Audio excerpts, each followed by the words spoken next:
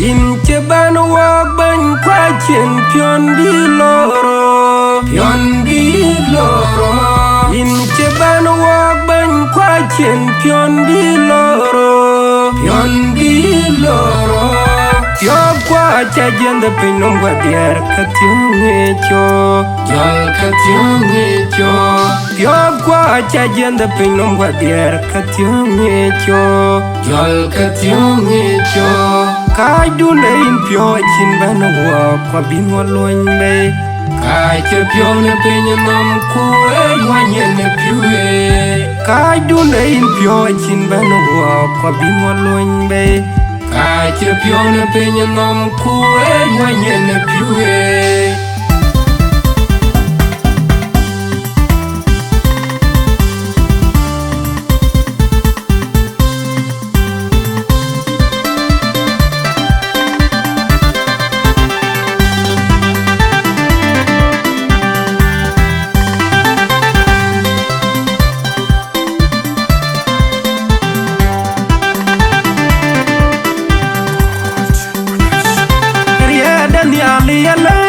Chana jui loy uram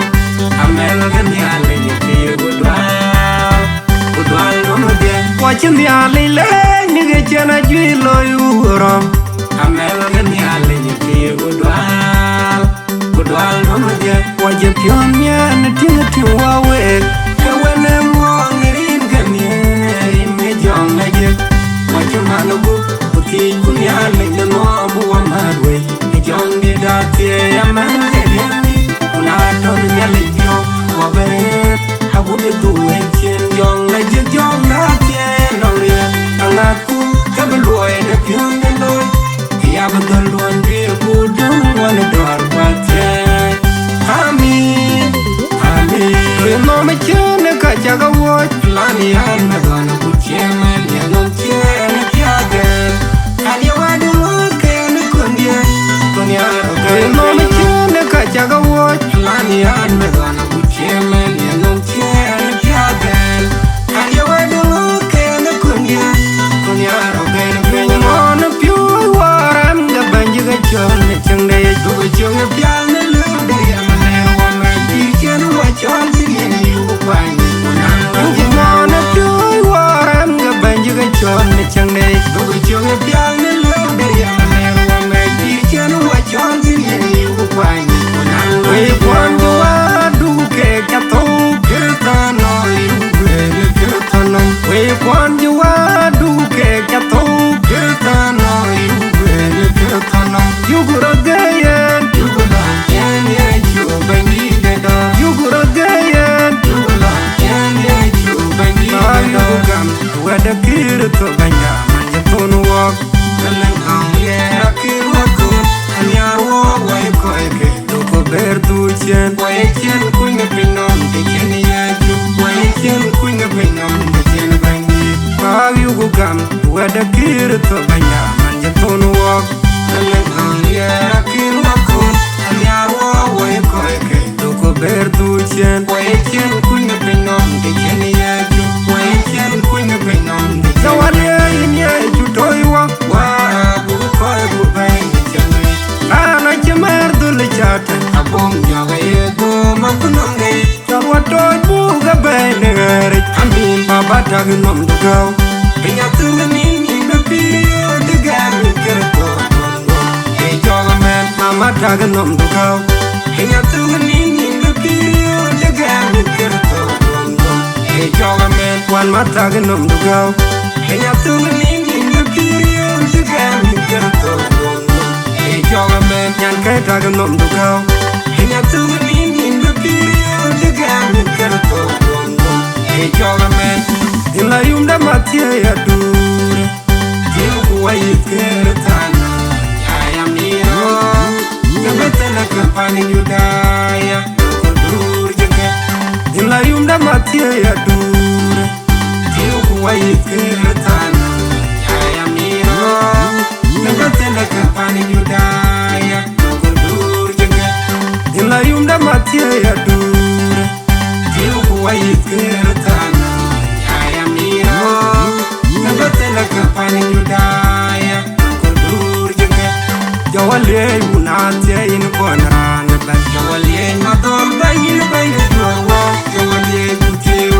Jawale unate in konrana ba jawale madol bayin bayin dwarwa jawale tutewa jawale unate in konrana ba jawale madol bayin bayin dwarwa jawale tutewa kuber gum loy dara karazol ndai Matiya banga kuber gum loy dara karazol ndai Matiya banga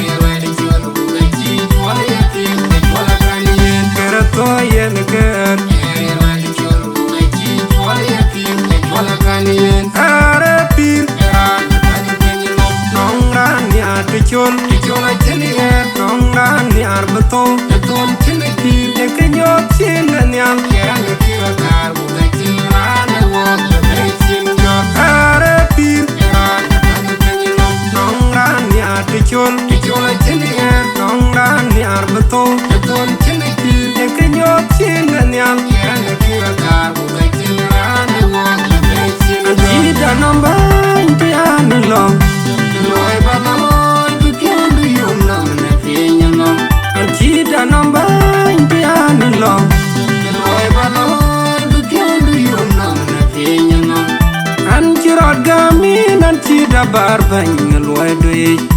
loy baloy di piondu yum nam ne pinyum nam an kirot gami nan chi da bar bang loy doy loy baloy di piondu yum nam ne pinyum nam to matie du a choy wa cho ka cho gu chi ban ya madani chin ki du nyale ir mo ya ki aya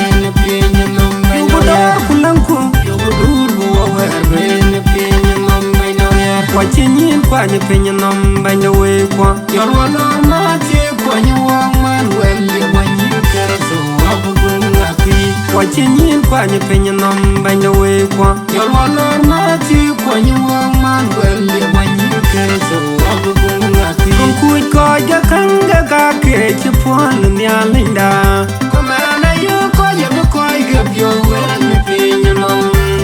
lugo dai gam awu kabani yale ya juwa jon orinti bu baindo ayonda yale ke ya powe yewe kunyo janya linda yale ke ya birate wade ye jukerzo anida kuj ko ja kanga ka ke chupon nya linda komana yo ko ye ko ge byo wele penye nom lugo dai gam awu kabani yale ya juwa jon orinti bu baindo ayonda yale ke ya powe yewe kunyo janya linda yale ke ya birate wade ye jukerzo anida do yel yale chirut gam nyam go ku piu wele kerzo o chiga joy dule le ka wada yale yen piu ku wele ye chulaga wele jon do yel yale chirut gam nyam go ku piu wele kerzo o chiga joy dule le ka wada yale yen piu ku wele ye chulaga wele jon do yel yale chirut gam nyam go ku piu wele kerzo o chiga joy dule le ka wada yale yen piu ku wele ye chulaga wele jon Bible ba yon ke dia kini abung de John ton tuen de John tier ngwan chok ti le tier da dam ay lo la an ba wa long wo yen du gala fe dia to kana we tin ga chi wo yo lo ai pia de ge ku bi ku wa be ben ye ka te ne chak ay lo la du e dang long tin ka wer nom dia ka ke lo ge ka ba ni tier ngwan ay de da dam no dia na bo ko te ro da dam DJ yu bi dia ke Jacob gura ke producer e John garanga te abulai dia ka ke loy ke no gold tune production inda juba ni cerka no koy bi ke dia ke ala pe e ya ba ni ga te ko mo e ya ba ni ya ro ne nyin ko pyo pya no we e ya ba ni nyin ya jodo e we ando amen ko ku te na terwa de an ga du pyo evangelist Moses Malonga buto ya ba ni dia to kana we